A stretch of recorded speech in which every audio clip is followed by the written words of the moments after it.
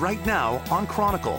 The sparkle and magic of the holiday season on grand display in the land of play. The music is different, the colors are different, the lights are different, the decor is different. This time of the year is a big deal for Orlando's theme parks. But the final product takes months to make happen.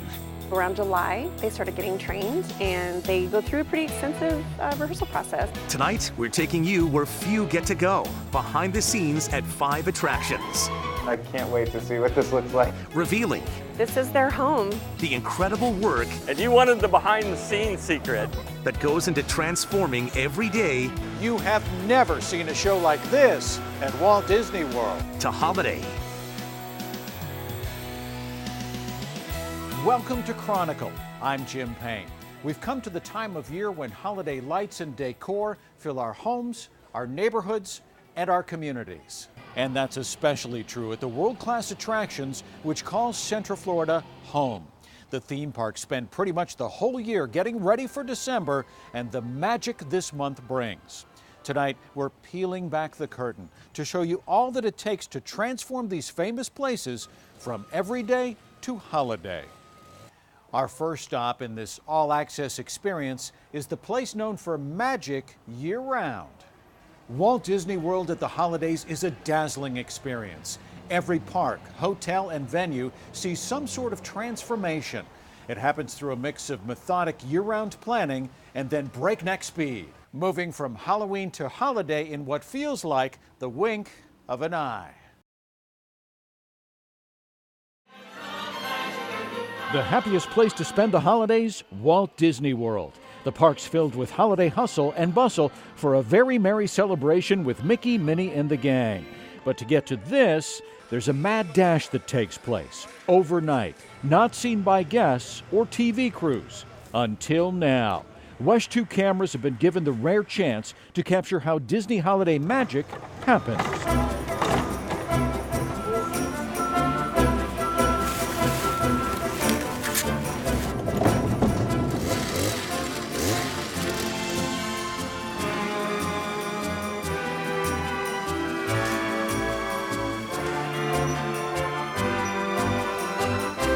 It is just after 2 a.m. November 1st, and Halloween memories are fading fast. In fact, the last park guest left just a little while ago, replaced by hundreds of workers transforming the Magic Kingdom from one holiday to the next. Time is short, and the task is great. From ground level in Main Street Square to the highest eaves of the halls and shops, change is underway. The symbols of one season yanked out of the ground, snatched from storefront windows and awnings, some even plucked from the highest perches. The same thing happening at Epcot, Hollywood Studios, and Animal Kingdom. The centerpiece for this changeover will go right here in the middle of the mayhem, a 65-foot tall Christmas tree. The holidays are 365 at Walt Disney World, Which happens to be stored here. This 15,000 square foot warehouse is the storage area for iconic Christmas trees for Disney parks and resorts. Disney Springs Marketplace Tree, Animal Kingdom, Contemporary Resort. Trees are stored in sections and assembled using a crane. This is the first section of the tree at Epcot. There are 6 altogether. The foliage doesn't go all the way back. We don't really need to. We just need to present the front. Each branch is put in by hand and then locked into place. There are hundreds of thousands of round ornaments, miles of ribbon. If they can dream it, they can do it. All of these props are custom made. You can't go buy a large piece of popcorn off the shelf. You actually have to make it. Smaller trees are crafted by the decorating team, which wires all the holiday decor to the tree. It stops items from becoming souvenirs, and it's a lot safer. Even they have their favorites. This is a classic of Mickey and Minnie, and I'm a huge fan of popcorn. So this is the best one that really I like. I remember when I'm very small, walking in Disney, the impression is amazing. I never forget that picture in my mind. And once it's on display, it's checked every day. We have teams that go out every single morning, and they have assigned areas to check on the decor to make sure it looks fresh. Speaking of fresh, this is the iconic gingerbread house in the lobby of the Grand Floridian Resort at Walt Disney World. It truly is an edible work of art, and it smells so good. But this house doesn't just roll in and out of here, they actually make it from scratch. And we're about to show you how they do it.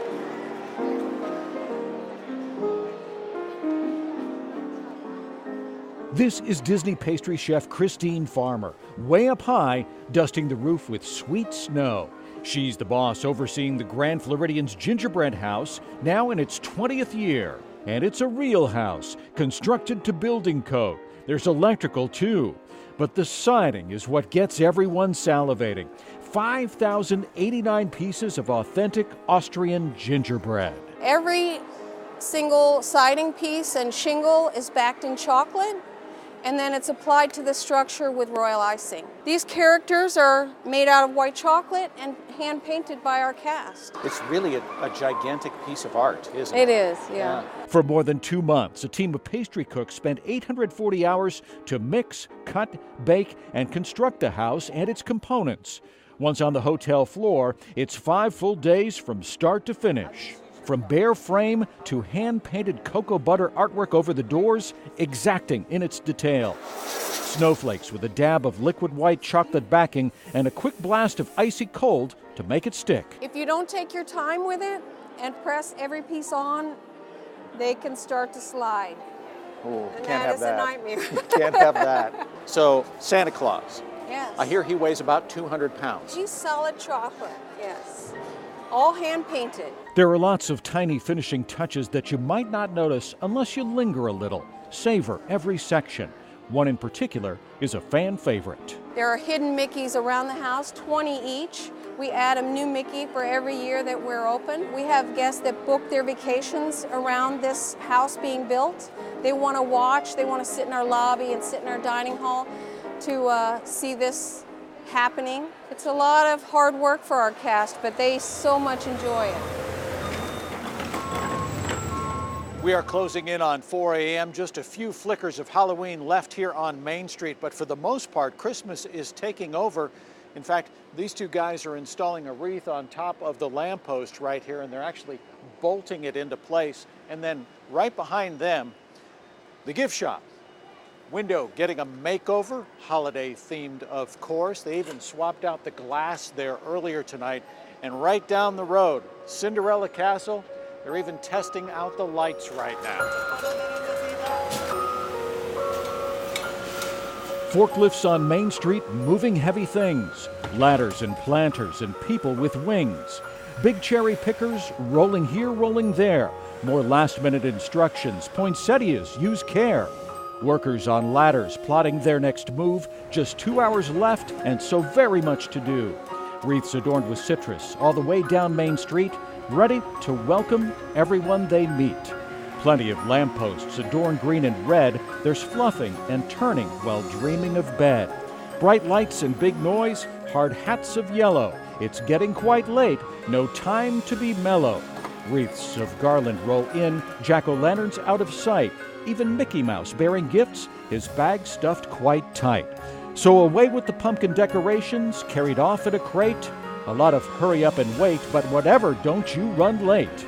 Up the ladder he goes, with a lantern in tow. Maybe there, maybe here, help me out, I don't know.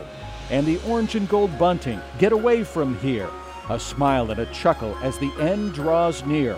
From not so scary to very merry, we'll see you again next year.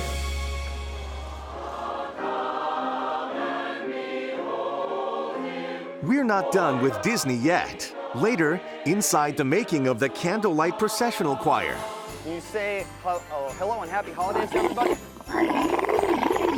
It's an animal-filled experience at SeaWorld. From sea lions to camels, we're going backstage for their Christmas celebration. And still to come, a view of the Universal Holiday Parade. And it's all beautifully choreographed and timed out. It's an amazing experience. Like you've never had before. Jason Guy takes our cameras onto the parade's path as he jumps into the job of minding a minion.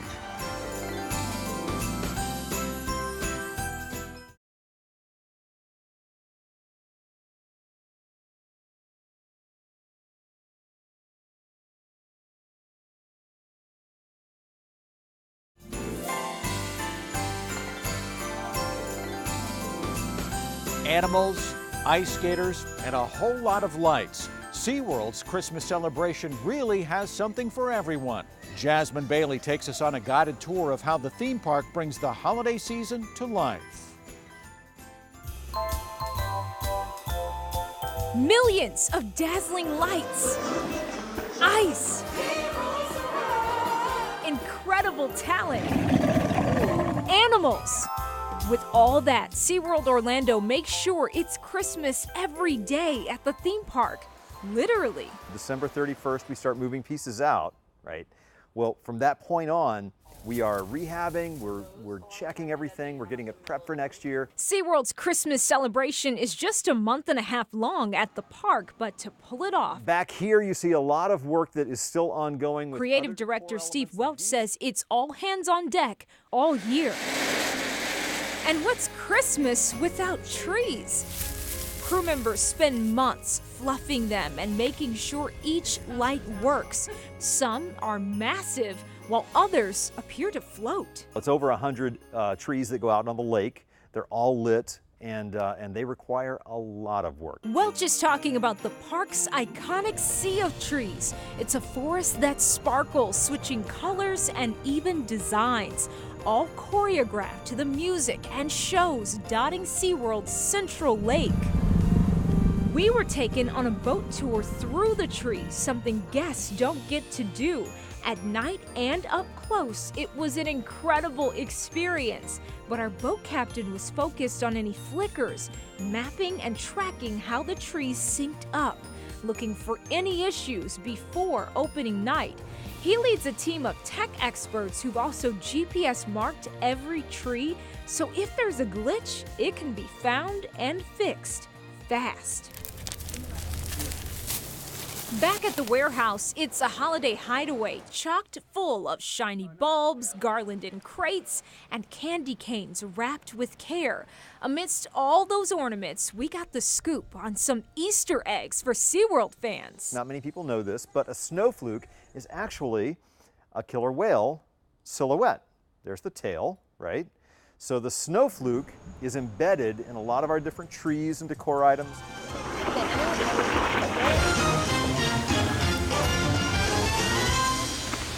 Also at the park, an outdoor ice rink. Real ice in Central Florida? But how? We've got basically a giant air conditioner in the back that is constantly keeping it cold under there. And it actually doesn't melt terribly. It's all very thick ice. So once it's kind of made and set, it doesn't really go anywhere. Insulated when it's not in use, the rink is treated just like any other. Mini Zamboni and all. Show rehearsals run after dark when the park is cleared out for weeks ahead of time. On the ice, former and current national level skaters, jeweled costumes, feathers, big hats. Try to tilt your hat somewhat the same way. Complete with real snow. Yes! Yes! Across the park, O Wondrous Night brings the Nativity story to life. We got a sneak peek during rehearsals. The performers sing all your favorite carols, 30 to be exact. Oh, and you can't forget the life-size puppets and live animals. Good boy. Francis and Maddie are camels living at a local rescue. 9 months a year, they're retired until the stage calls. They love apple slices and our photographer. The pair were a shoo-in for their walk-on role.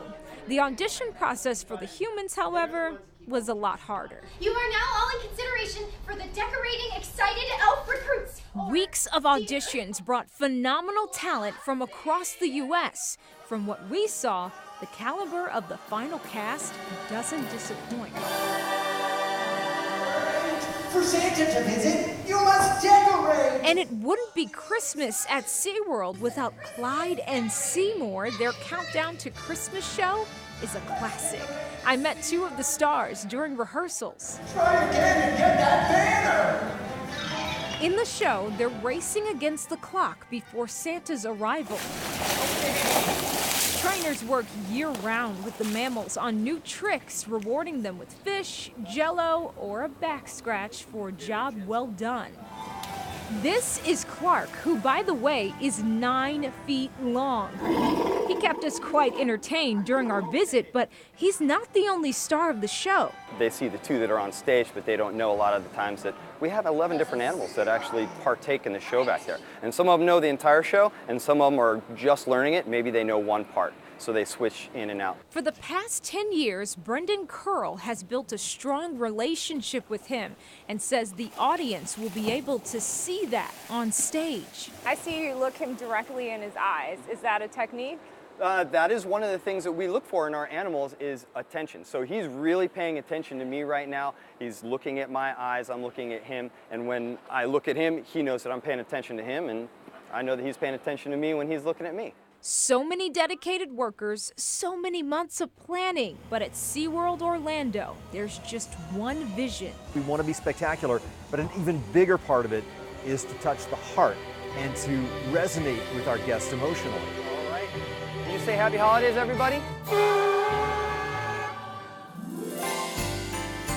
you don't mind, I'm going to turn you into a master model builder for a few minutes. Next on Chronicle, Legoland's Christmas Bricktacular. Eric Burris heads into the Master Model Builder Workshop for a Lego lover's dream experience with some holiday flair. And later, bundling up for a breathtaking behind-the-scenes experience filled with chisels and chainsaws.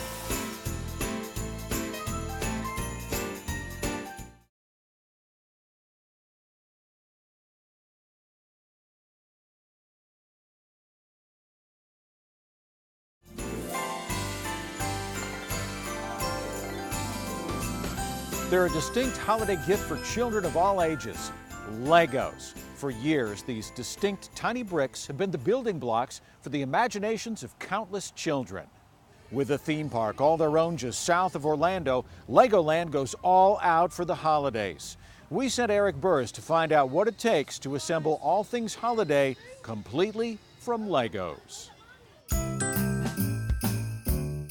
Trees, ornaments, presents, elves, and even Santa himself. It's all at Legoland, Florida, and it's all made out of Lego.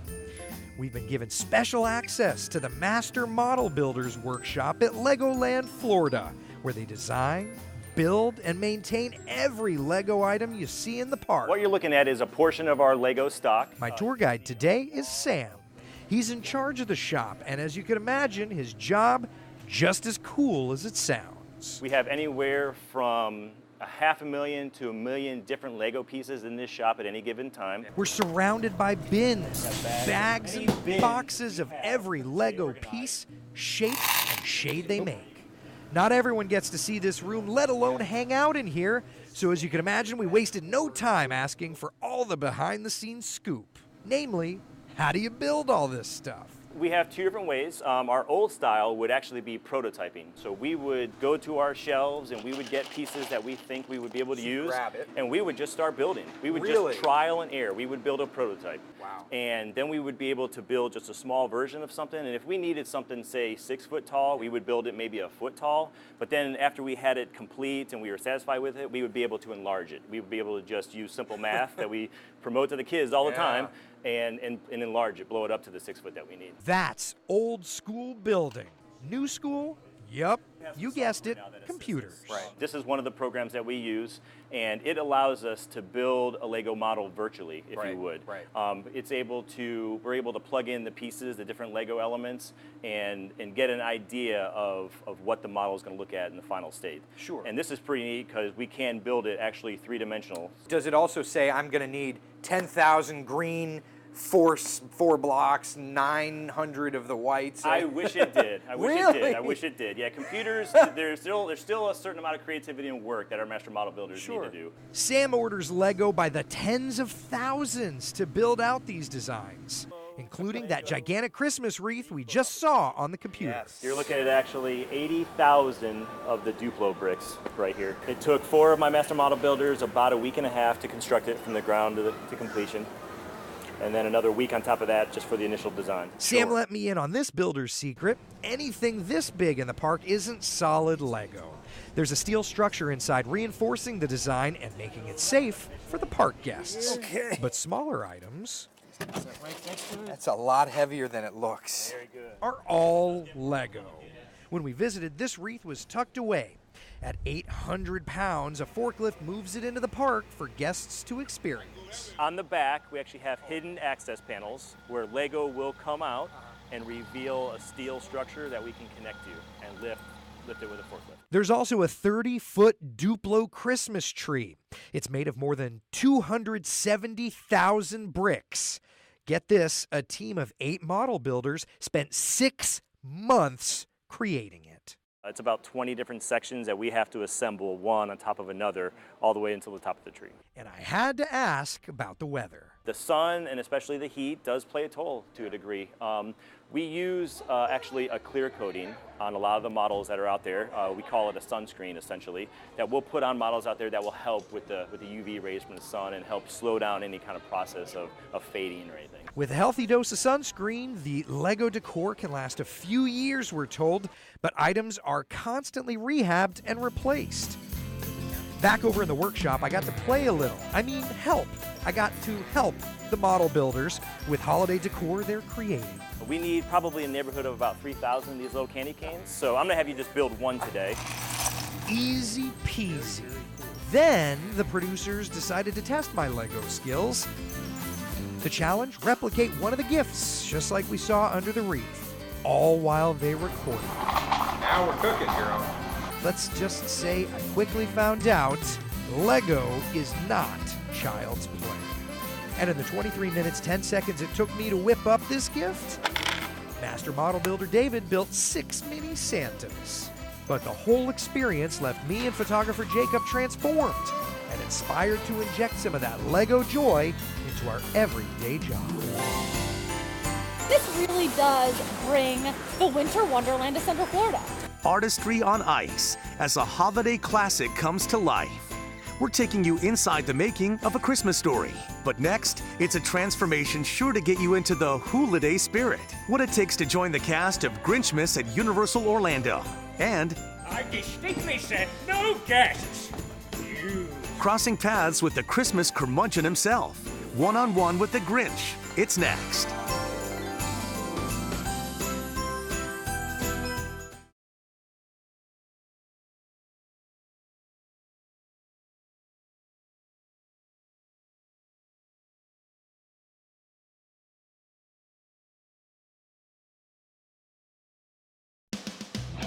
West 2's behind-the-scenes park pass has 30 minutes left. And what's ahead will not disappoint. Who's up for a parade? This is awesome. See what it's like to walk the route as a member of the Universal team. This is amazing. I feel like a kid again. Plus, holidays on ice. This is all hand carved. It starts with a 300-pound block. We're putting on the parkas to show you this Arctic artistry up close. And casting the choir. The experience of being surrounded by all this glorious sound and the orchestra and the instruments and all these extraordinary singers. For the first time on television, go inside the training of Disney's Candlelight Processional Choir. It's kind of all melded over the years into one glorious experience. Every Day to Holiday continues right now. Welcome back to Chronicle. We continue to take you behind the scenes for all the spectacular holiday transformations at Orlando's theme parks. And for our next one, things got really hands-on for our own Jason Guy. At Universal Orlando, he didn't just check out how their Christmas shows come together, he became a part of them. Larger-than-life balloons on parade. The Wizarding World aglow. Merry Christmas, Cindy Lou. Oh, Merry Christmas, Mr. Grinch! And the happiest of who's welcome you. It's the Christmas celebration at Universal Orlando Resort, and I'm about to experience how some of it all comes together. Up first is one of the most recognizable holiday events. Universal's Holiday Parade featuring Macy's. The Universal Parade is designed to be just like its New York City counterpart. That means getting as many balloons as possible from there to here. We said, can't do the big ones, but we could do our medium-large size balloons, and they would fit. And then we started designing some specifically to be able to be used in both parades. That's right. There are balloons that have walked 6th Avenue on parade here in Orlando. This year, it's the Nutcracker. It made its way to Orlando after Thanksgiving. But unlike New York, these balloons stay inflated for their entire 7-week run. John Piper, who runs the New York Parade, explains how that's accomplished. They literally built a structure to house the balloons, to keep them inflated, sleeping overnight, with a very big door. And one of the challenges is to make sure that the balloon can just fit out the door and then come around to be in the parade and then go back and just fit in the door to go back to sleep for the night. But each day we have a team from New York that's here working in tandem with Universal through the entire parade to add more helium as needed every day, take care of the balloons, make sure they're all right, help the balloon pilots, train them, the handlers, to get them in and out and fly them safely. Balloon handlers are Universal employees. Except this year, on opening night, they let me sub in, which means a crash course in all things parade. Everybody has to work cohesively to make this work. Vanessa Heaton is a balloon handler at Universal. She's so good, she's worked in the Macy's Thanksgiving Day Parade in New York 3 times. Make sure you do what your pilot says. The pilot is the one who's going to know what the balloon's going to do depending on what instructions he gives you. The pilot is the person in front of all the handlers telling them what to do. You have to hold the balloon. And my pilot for this training is Daniel. He has about 20 minutes to show me the ropes, literally. So this is called a bone. The bone. Yep. Okay. Handlers hold it diagonally to safely raise or lower the balloon. So Daniel, what do I need to do? Pilots use hand signals. Oh, I did wrong. 1. Okay. To communicate with handlers. 2. Did I go twice? You went twice. I went twice. Okay. No, seriously, this is good practice. Okay. Let's try again, Daniel. Start it over. Okay. 1. I tried to follow along. 1, 2. But I don't know what that meant. 1 down. But I didn't see the 1. Did I miss that? Okay. I'm way more nervous now about my performance tonight. Okay. Then it was showtime. The nerves were there as we walked from the backstage area and onto the parade route. As I smiled to the crowd and they smiled back, my nerves calmed down. This is awesome.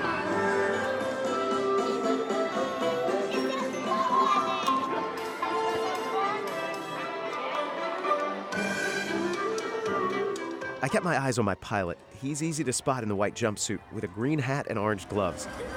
Aside from a few windy moments, we kept Menya and Bob on course. This was a blast. Let me tell you, the balloon's a lot heavier than you might think. You gotta hold it down. Our pilot did say when we were done today that I was really good, so I might have a future in this. It was truly a magical experience. And speaking of magic, the parade route in Universal Studios is just steps from Diagon Alley, all ready for Christmas and waiting for Harry Potter fans. Straight from the beloved books and movies, Universal works with Harry Potter creator J.K. Rowling's team to perfect every detail, including the magic that comes to life on Hogwarts Castle. Projection mapping technology wraps the Hogwarts school in holiday moments inspired by the Harry Potter series. The projection is so precise, you'll think the castle really is under a spell. And immersed is the theme for my final experience at Universal Orlando. It doesn't get more behind the scenes than this. You're about to witness my transformation into a Who from Grinchmas, a live stage adaptation of the Dr. Seuss classic. So first, let's get a costume here. All right. Oh, this is it. I chose more of an elf look, with bright Christmas colors, and the whimsical attire isn't complete without a hat. Guess who? The costume was the easy part.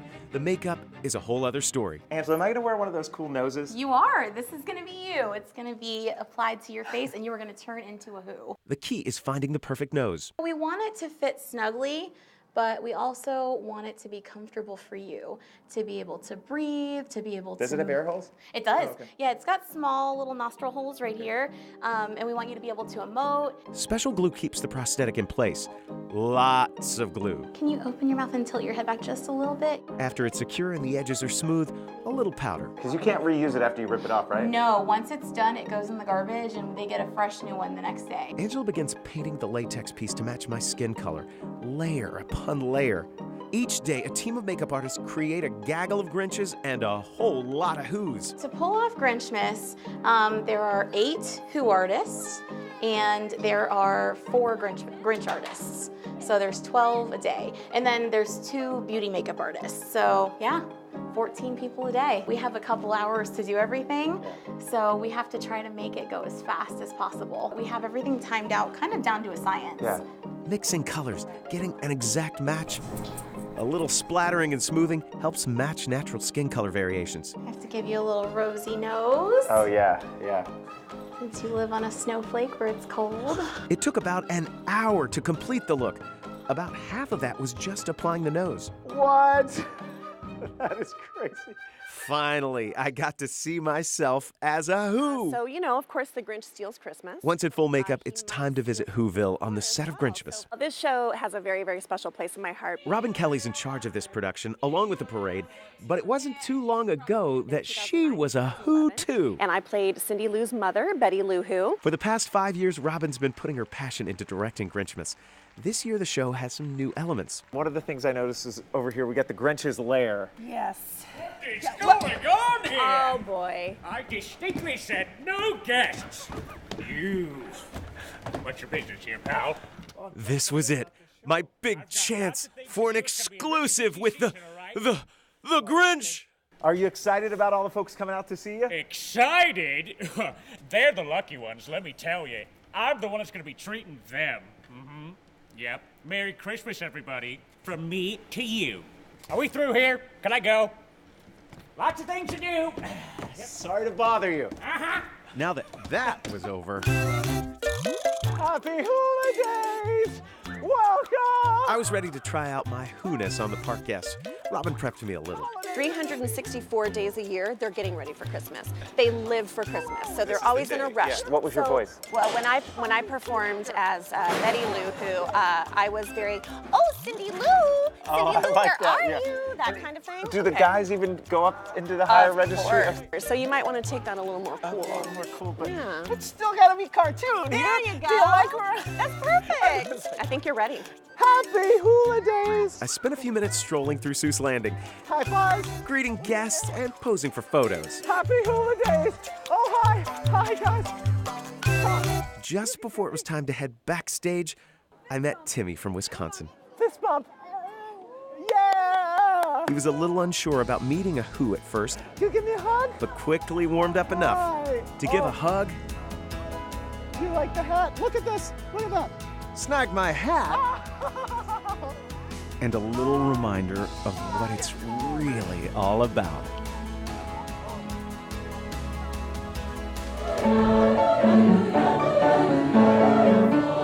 It's one of Disney's most iconic holiday happenings, the Candlelight Processional. We're taking you behind the music for a peek into how this group tunes up each year for the high-profile performance. But next, the Pink Monster, a Red Ryder BB gun, and one fancy-looking lamp. How A Christmas Story has been recreated entirely in ice, and only in Central Florida.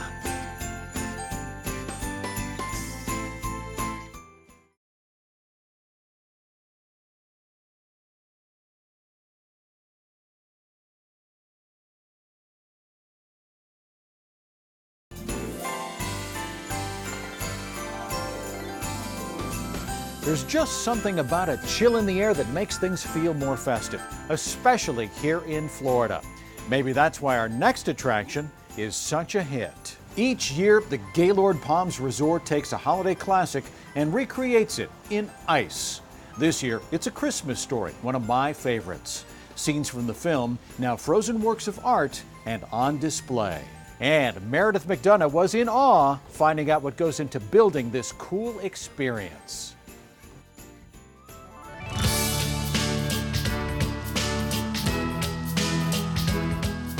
It's a wonderland of ice in Orlando. For weeks, we went behind the scenes to see how ice at the Gaylord Palms goes from concept to cold creation. If you don't have all of this winter gear, that's okay. Parkas are provided. I was not prepared for what I was about to see. Oh my gosh. Christmas story. This is my first time seeing ice. This is incredible. And it's cold. Hey, Nico, how are you? Good, how are you today? Oh my goodness, this is really taking my breath away. I've never been here, I've never seen this. Well, we're happy to have you. We had extraordinary access to this Arctic construction zone. Nico Nicolau is my tour guide for this behind-the-scenes look at this year's theme, A Christmas Story. It starts by building a building that can house 2 million pounds of ice that fends off the Florida sunshine. The attraction is housed in a tent behind Gaylord Palms, and it takes 40 days to prep before a single block of ice enters. And then they'll put up the walls, and then they go ahead and put the insulation. Then it's time for the freeze. Massive chillers are cranked up to start the process. We go about 5 days at 55 degrees. And that's to really pull the humidity out of the tent so there's no moisture in here. And then it drops down to 9 degrees. Yep, 9 degrees. Keeping an attraction at 9 degrees in Central Florida is a feat in itself. So that's an engineering marvel in my opinion. The entire attraction is a mix of engineering, architecture, science, math, and insane talent. Talent provided by a special group of artisans. They might look like any group of tourists in Orlando, but these men have a particular set of skills. Forged, honed, etched in the ancient city of Harbin, China. Known as the Ice City, Harbin is home to some of the most dazzling ice designs in the world. And once a year, these master craftsmen bring their skills here to Central Florida. Every sculpture, is like his child. To be able to carve something like this, it fills him, with a lot of pride, and he's proud to share it with the people here in the United States. We spoke with artisan art director Chung Shu Hong via translator. He explained the team worked for 6 months before arriving, studying and planning how to recreate such memorable characters like Ralphie and the Pink Monster. It takes that long because every finished piece starts out as a 300-pound block of ice. There are no molds, no computers or machines. Everything is created from pure water. They saw, scrape, and carve until the iconic figures come to life. All of it is done in 40 days. They have their plans, they have their architectural drawings that they're building everything up from the slope of the slide all the way down to the height of the walls to make sure that it all comes together. Over the span of our visits, we were able to see that engineering take shape in the form of that memorable Mall Santa scene from A Christmas Story. The ice team designed a larger-than-life slide for adults and kids to enjoy after seeing Santa, measuring, moving, molding the pieces to defy gravity. Something else I'd never known, combining colorful ice with the clear kind is really hard. This year presented a special challenge in combining the color and the clear ice, the two elements. So the difficulty levels in creating this year's show is significantly more so than previous years. It may only be food coloring, but depending on the temperature and the use, the lighting in here, it all factors into the actual pigmentation of the colors of the ice. All the blocks are shipped in already dyed the correct color to maintain accuracy, and the artisans are equally as detailed. Ice sculpting is a very niche art form, so the tools that they use are all crafted by themselves, actually. And because ice sculpting is a reductive art form where you're only chipping away, so every cut, all the work has to be very, very precise. Creating lifelike faces is considered one of the most difficult of tasks in any art form. One wrong scrape, one too forceful tap, and weeks of work could be lost. That's part of what the artists love about their work. He loves the process, the entire process of it. Every step has its own joys to take care of, but holistically, he just loves the entire process. Just before ice opened to the public, I got to see the final finished exhibit. And since it's family friendly, I brought a date. We're going inside. It's gonna be cold. All bundled up, Tommy was ready for ice. Oh, Tommy!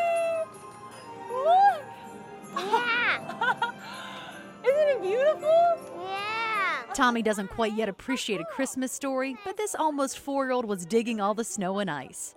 Then we saw it, the magnificent slide. That's a slide! At first, Tommy was hesitant. Do it again. I think you're going to love it, okay?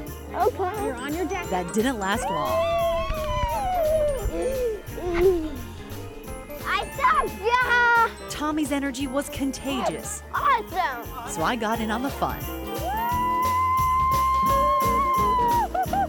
Okay, I'll help you out. Again! Again! Can you do it one more time? After one final slide, it was time to say our last goodbye. Bye! I love those slides. I'm gonna go again.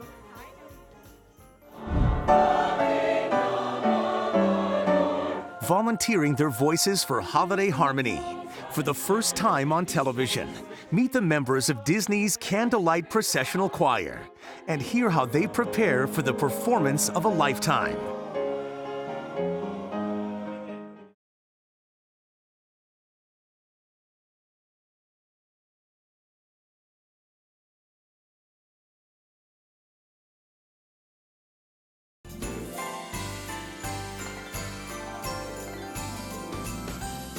Finally, Walt Disney's vision for what a Christmas celebration is really all about. 60 years ago, he created a magical melding of music and melody and called it the Candlelight Processional. It's evolved into a cheery celebration of compassion, community, and the birth of Christ.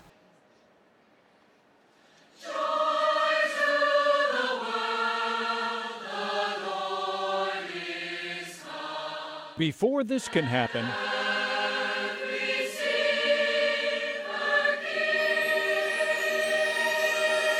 there is a whole lot of this. Oh, when they saw the star, they rejoiced with great joy. Nightly rehearsals of the cast choir for the Candlelight Processional. Oh, when they saw the star, they rejoiced with great joy. These are the people in the gold and green choir robes right in the middle of the stage, carrying candles and lighting up the Christmas tree. They are not professional singers. They are Disney employees.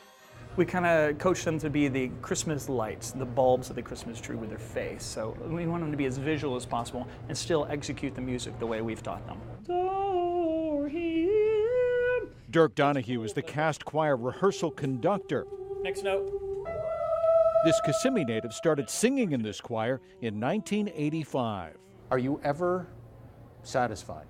I guess not. Which may be a bad thing, but in this case, it's a good thing, I think. We want to strive to push them to their limits and maybe even go farther. The cast choir starts rehearsing in September, all the way up to opening night. Every year, there are a lot of new faces in this group. Not one of them paid, everyone a volunteer, everyone a Disney employee. This is my 17th year. This is my 5th year.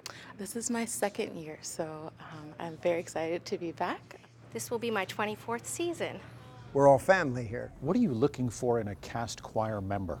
Dedication and someone that enjoys singing and can blend their voice with other people. We have a lot of enthusiasm here, and that counts a lot. Forrest Baruth is the show director at Walt Disney World. He's been a Disney employee for 47 years. And what about the talent level in the room? Very high. They are really excellent. Makes your job easier? Yes, you know, and enjoyable to hear as well. Laura Butler hits the high notes in the cast choir. This is her 5th year. Her father, Jim, is across the room hitting low notes, now in his 2nd year. Jim's son also sings in the choir, all part of a musical family. My first performance, I just had chills the whole time. People in this choir are from all different roles across the company, so I'm usually making some new friends every rehearsal.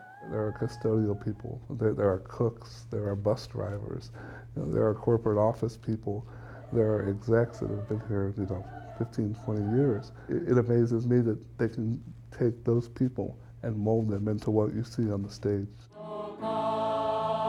Michelle Marshall has been singing for 2 decades in the cast choir.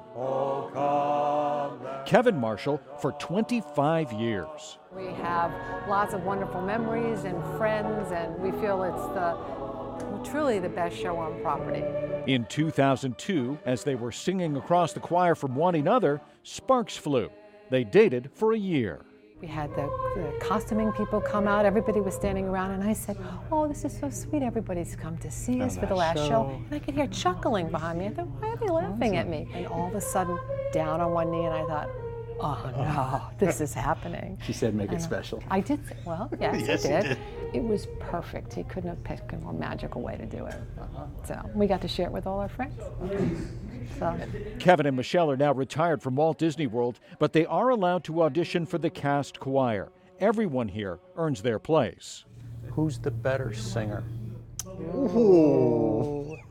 And he shall reign forever and ever. King of kings and Lord of lords. More than 1,200 tried out to be part of the cast choir. 824 were selected. Each must take part in a minimum of 15 hours of rehearsal time. There are performances for 39 straight nights, a total of 117 shows. How do you craft the sound to get it to the point where you want it to be? I think it's a perpetual thing. We're always trying. We're always finding new things, and specifically because there's so many of them. Well, that was a maxim of Walt's. He always said, you got to keep making it better. 400 people on stage, including singers from church and school choirs, along with a 50-piece orchestra and a celebrity narrator, all with one noble goal.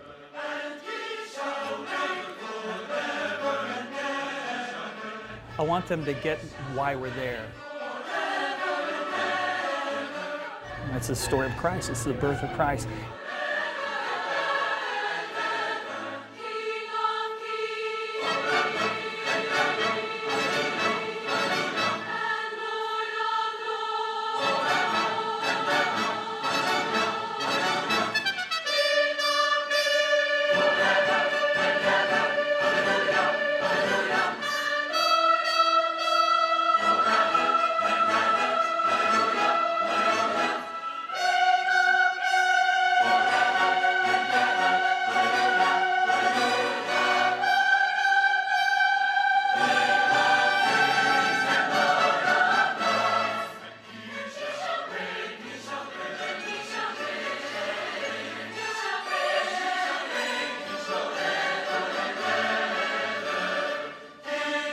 This has been just a peek behind the scenes at all that goes into making the holidays extra special at our theme parks. For more rarely seen footage and stories, go to WESH.com and click on the Chronicle tab. From all of us at WESH 2, happy holidays.